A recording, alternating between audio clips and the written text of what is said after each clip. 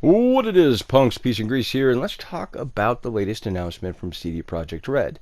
That there will be free DLC as early as 2021. Now, what does that mean? Well, we don't have any clue. Could be January, February, March, December. We don't know. We won't know until it hits or until CD Projekt Red actually releases that information. But I think it's a good time to talk about what we can expect in free DLC. And we have some indication of that with The Witcher 3. Why The Witcher 3? There were several things in The Witcher 3 that didn't get completed prior to its launch.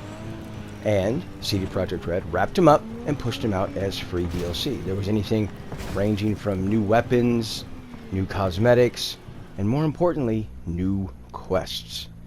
We already know, with all the drama surrounding Cyberpunk, that there was cut content from this game.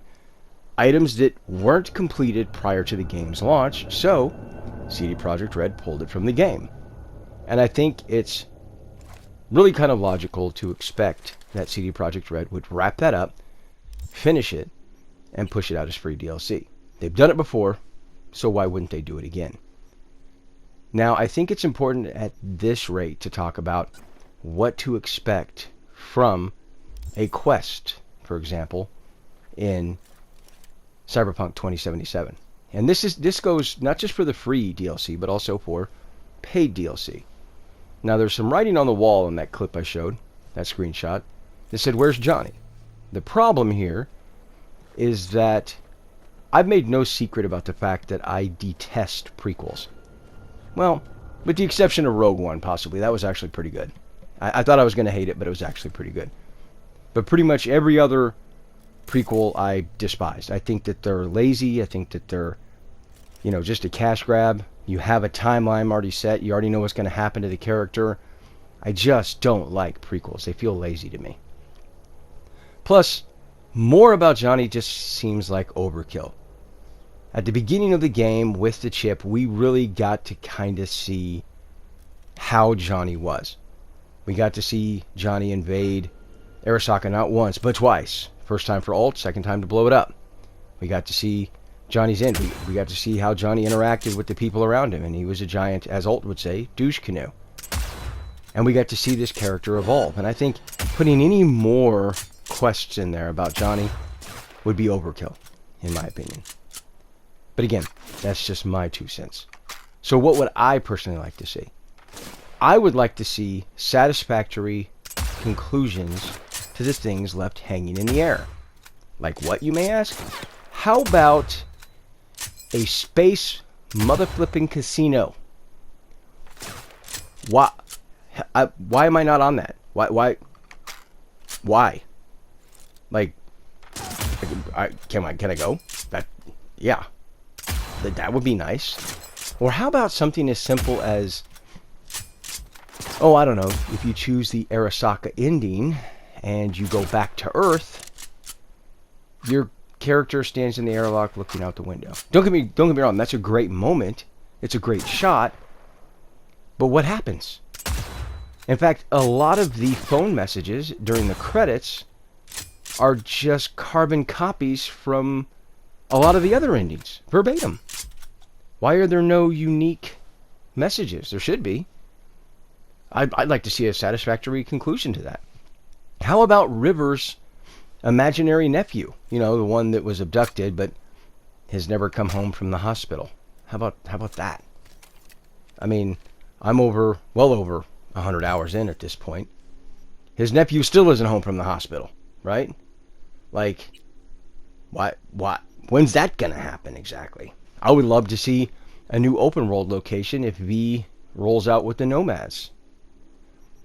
Or how about any number of things that help to wrap up a lot of the items that were left suspended, unfinished, just kind of up in the air. That's what really kind of bugs me the most about this game, is how everything is just kind of inferred. And some of it is very weakly inferred. Like, this character is going back to Earth. The end. What? What do you mean, the end? Like, what then? What happens, right? I don't know. And then, of course, like I said, this goes for not just the free DLC, but also the paid DLC. I would love some more refinement to Pan Am's romance.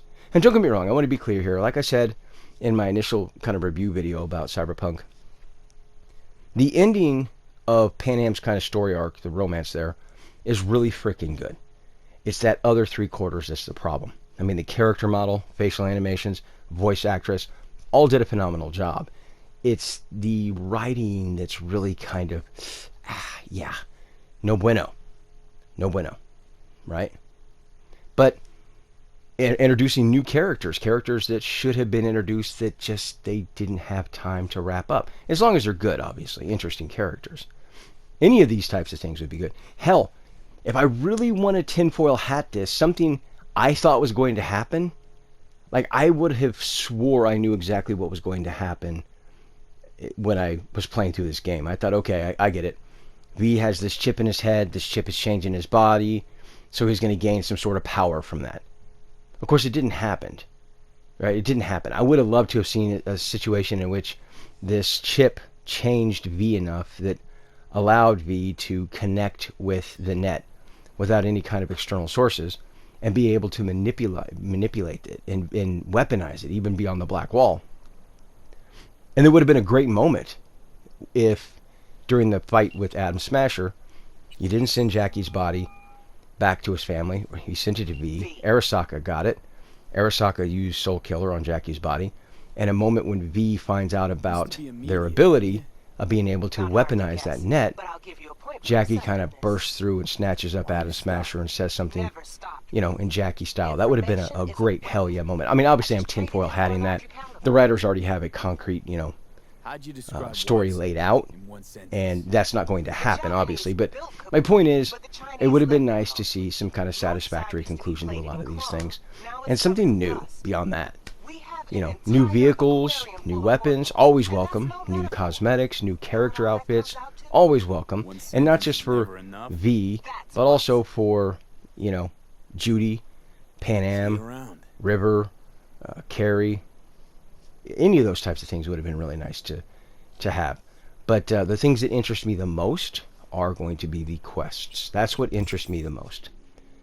But anyway, that's kind of my thoughts and opinions on that topic. What do you think? What would you like to see from not just the free DLC, but the paid DLC moving forward? Let me know down in the comments section. I respond to everybody that does.